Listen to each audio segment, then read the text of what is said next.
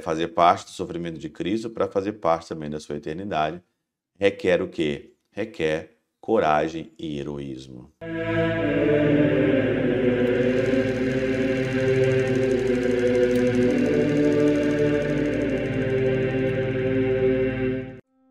Em nome do Pai, do Filho e do Espírito Santo. Amém. Olá, meus queridos amigos, meus queridos irmãos. Nos encontramos mais uma vez aqui no nosso Teóso, Viva de Coriés, do Percor Maria, nesse dia 21 aqui, né, de maio de 2023. Em muitos lugares hoje é a Ascensão do Senhor, mas eu já expliquei na quinta-feira e hoje então eu vou meditar aqui o 7º domingo da Páscoa, ou o domingo depois da Ascensão do Senhor, porque nós estamos nessa novena de Pentecostes aí, esperando de fato mesmo o Espírito Santo de Deus ali reanimar, reavivar em nós a graça do Espírito Santo em nós.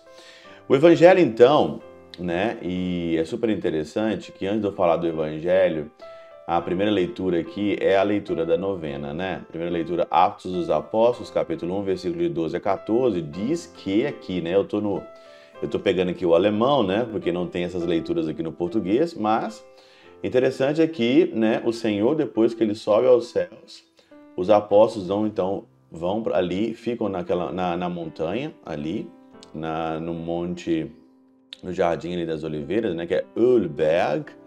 Então, eles ficam ali mesmo de fato em novena, esperando mesmo de fato, né?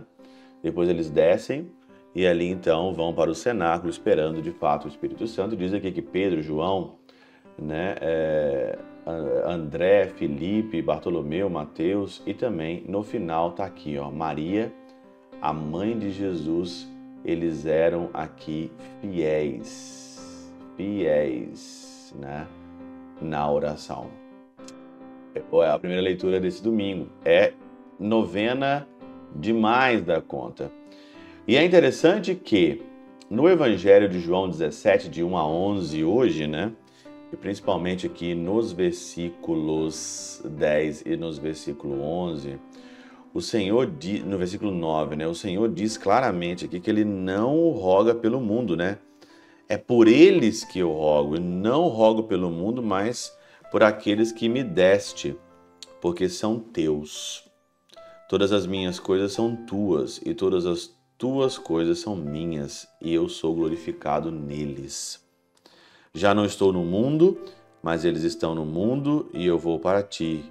Pai Santo, guarda em teu nome aqueles que me destes, para que sejam um assim como nós. Sit uno, que todos sejam um. Interessante nós meditarmos essa passagem, porque o Senhor ele roga por nós, né? O Senhor ele reza por nós para que a gente seja um, para que a gente não desfaleça, para que a gente não caia, mas que a gente ali tenha de fato uma perseverança em relação ao mundo, aos propósitos de Deus, que é muito difícil, mas o Senhor confia em nós.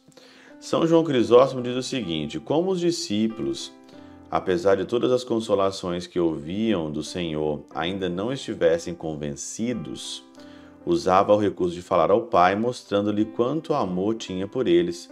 Daí que segue, é por eles que eu rogo. Como se dissesse, não apenas lhe ofereço tudo o que tenho e possuo, mas ainda rogo a um terceiro pelo bem deles, pelo bem de vocês. Olha, eu dou tudo para vocês. Eu estou aqui, tudo que eu tenho, tudo que eu ofereço, eu ofereço tudo que eu tenho é para vocês. E ainda rezo para vocês. E ainda rogo para vocês, né? E vai dizer ainda mais, assim demonstra com o seu amor, como o seu amor é maior. Alguém tem dúvida que o amor de Deus é maior? O amor de Deus sempre é maior, ninguém tem nenhuma dúvida disso, né?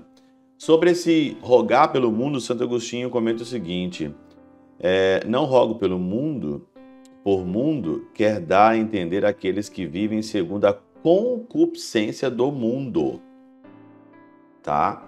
Algumas pessoas não gostam muito da palavra mundo, e eu falo mundo mesmo. Eu falo mundo, eu falo dos perdidos.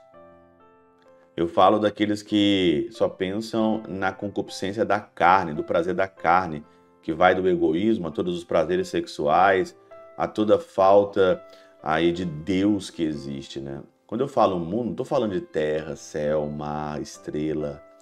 Quando eu falo mundo, não estou falando de prédio, né? Prédio, não sei o que. Não estou falando de pessoas com a concupiscência desse século, com a concupiscência desse mundo, desse tempo, com o pecado deste mundo.